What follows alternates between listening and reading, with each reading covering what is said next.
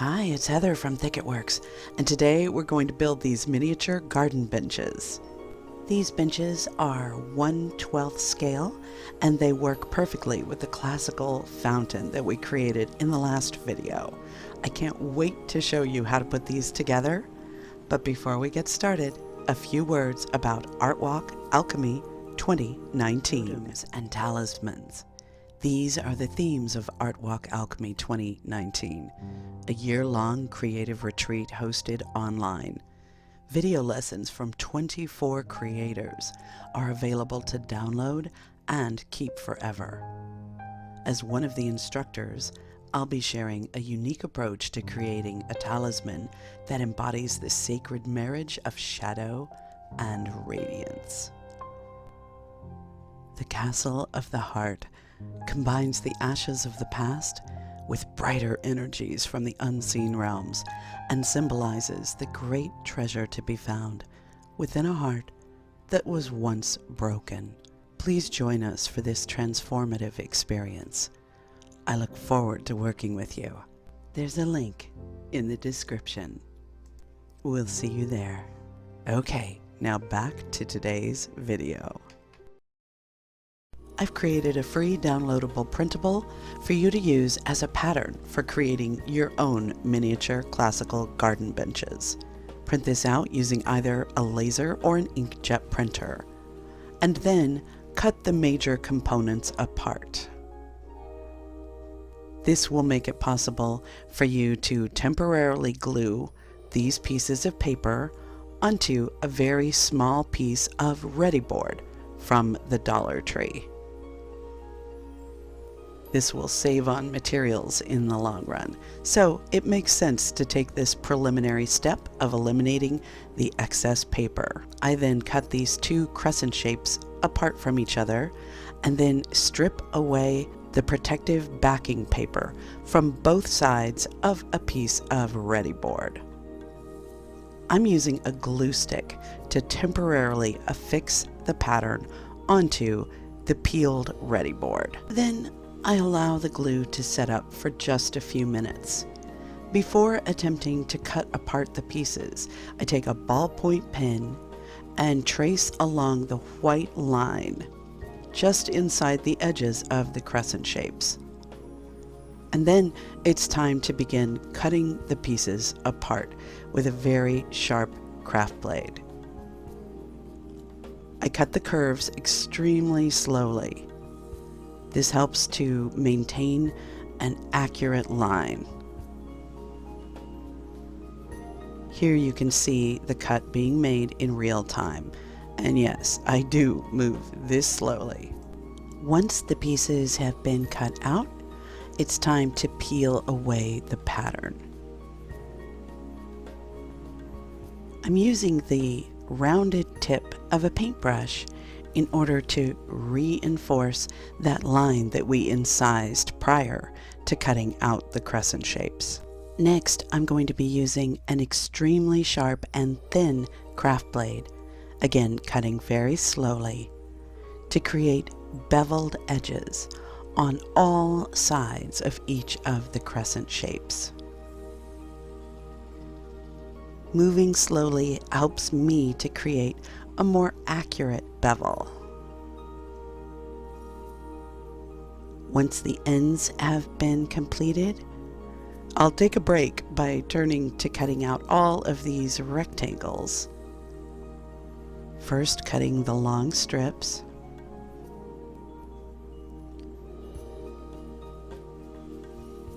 and then separating each of the rectangles from each other. Once that's been done, it's time to peel away all the individual pieces of pattern. Okay, now I feel like I can face chamfering the curved edges of these bench seats. Again, I take it really slowly and I do my best to maintain the same angle, but I'm not perfect, I'm not a machine, and I just grab an emery board and smooth out those bevels, stopping to sharpen my craft blade before making the next curved beveled cut.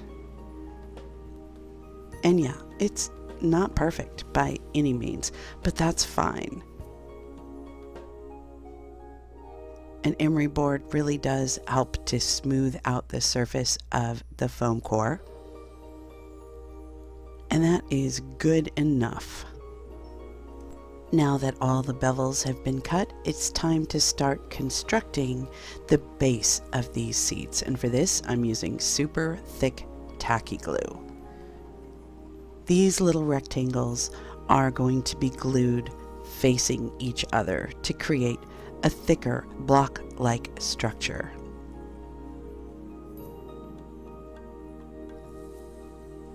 There are 8 of these rectangles in total, which will result in 4 separate blocks, 2 for each bench. Once I have them glued together, I place a weight on top and allow the adhesive to cure. The next task is to cut bevels at the ends of all of the more narrow rectangles. There are 8 of them in all, and once I've cut the bevels, I just give them a quick once-over with an emery board to smooth them out.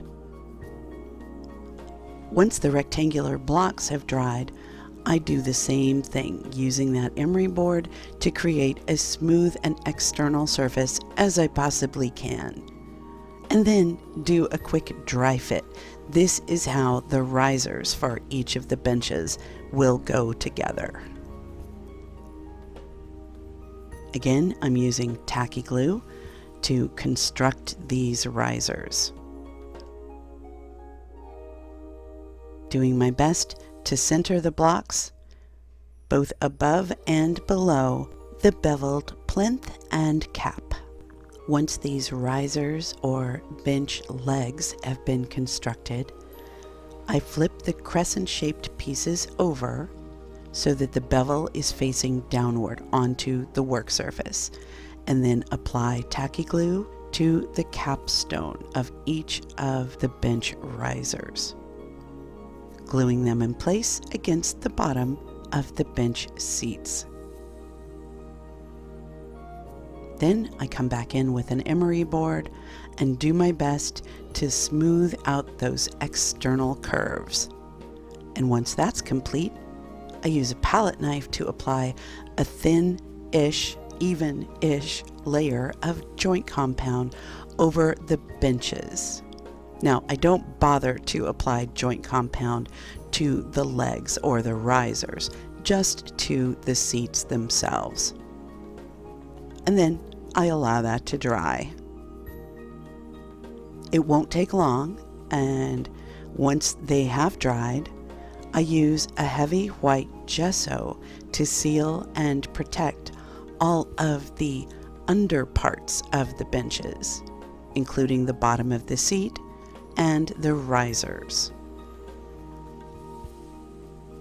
This can be allowed to dry naturally. And once it has, it's possible to come back in with our trusty emery board and smooth out that almost plaster-like surface that we've created. Now that the basic structure of each of these benches is complete, it's time for the fun stuff, which means breaking out air dry clay and some wonderful miniature silicone molds and creating beautiful embellishments to help bring these benches to life. I'm using Polyform Model Air drying clay for this particular project. I love the way that it casts. Because the clay is so soft, it's easy to press into the mold cavities and get good fidelity. Additionally, it's smooth and soft enough that it's very easy to place it onto a piece that's curved like this one and have it conform beautifully to that rounded structure. It's easy to cut 45-degree angles at the corners with a sharp craft blade. And then just continue adding the cast borders around all the exterior edges of the crescent-shaped benches. I'm using the same set of molds that were used in the previous video when we created the classical miniature fountain. This way, there will be a harmony of design between the pieces. Continue casting in the border molds until you've generated enough material to be able to outline each of the bench tops. Cut away the excess material at the corners, doing your best to miter them.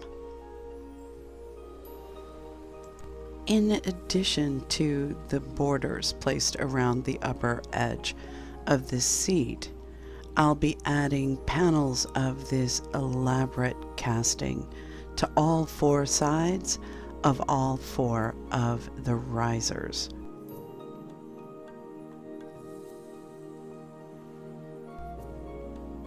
I cut each piece to length so that it fits perfectly along the wide edges, and then I cut smaller pieces to fit along the narrow edges of each of the rectangular shapes.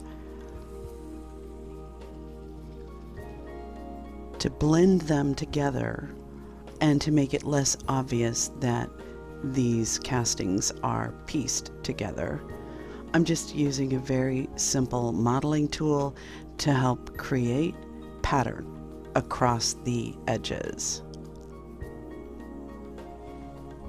Once all of the castings have dried, at least partially, so that there's sort of a crusty outer surface, it's time to begin adding paint to the surfaces. I begin by applying a light wash of a neutral gray to all of the surfaces of both benches. This wash is just acrylic craft paint thinned with water, and then I very carefully use a heat tool to dry the initial wash before adding another layer of wash, this time made with black craft paint and a lot of water. The intention with this layer is to make certain that the dark color penetrates into all the nooks and crannies in the cast elements. Finally, I'll be adding transparent glazes over the top of these painted surfaces. The glazes are created by adding drops of acrylic craft paint to clear floor polish. And then they are sponged onto the surface using a dabbing motion and carefully dried between layers. I begin with the warm brown and then add a very soft white glaze over the top. Glazing is really a fun process, and there's no limit to the number of glazes or the order in which you apply them. It's really an intuitive process and one that I encourage you to have fun with. Just make sure to dry each layer thoroughly before going back over that surface with a different tinted glaze. The fact that these glazes are based in a clear floor polish means that we are creating a permanent sealed surface over the top at the same time. To simulate areas of lichen and moss, I'm now using straight acrylic craft paint applied with a stippling motion, wherever I would like that moss to appear. The paint that I've chosen to use for this is just a simple mint green. I love that effect. Now I'm splattering a black glaze over the top of the painted surface and then diffusing the speckles by tapping against them with a bit of dampened sea sponge. Next comes a layer of white glaze speckles.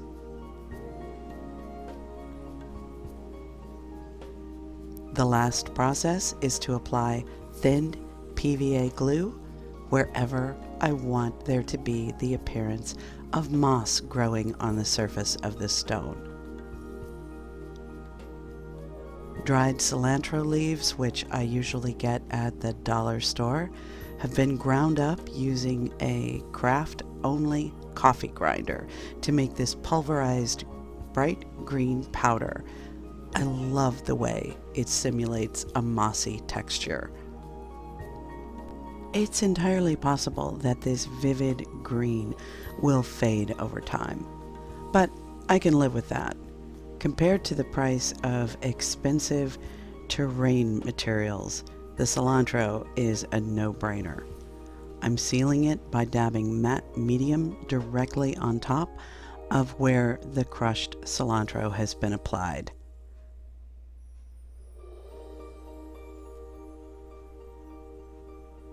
Now these pieces look as though they've been weathered and aged over many decades.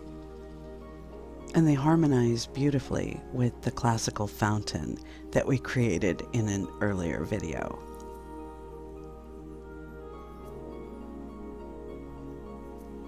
Over the coming weeks, I hope to build many more components for a secret garden diorama. It's one of my favorite childhood books, and if you haven't read it, I encourage you to do so. It's a beautiful story full of interesting characters who experience loneliness and friendship, frustration and sorrow, and over time they build an alliance together with the secret garden that results in profound healing, joy, and lifelong friendships. So I hope you'll continue to join me as this series evolves. Thank you so much for hanging out with me today. Until next time, bye.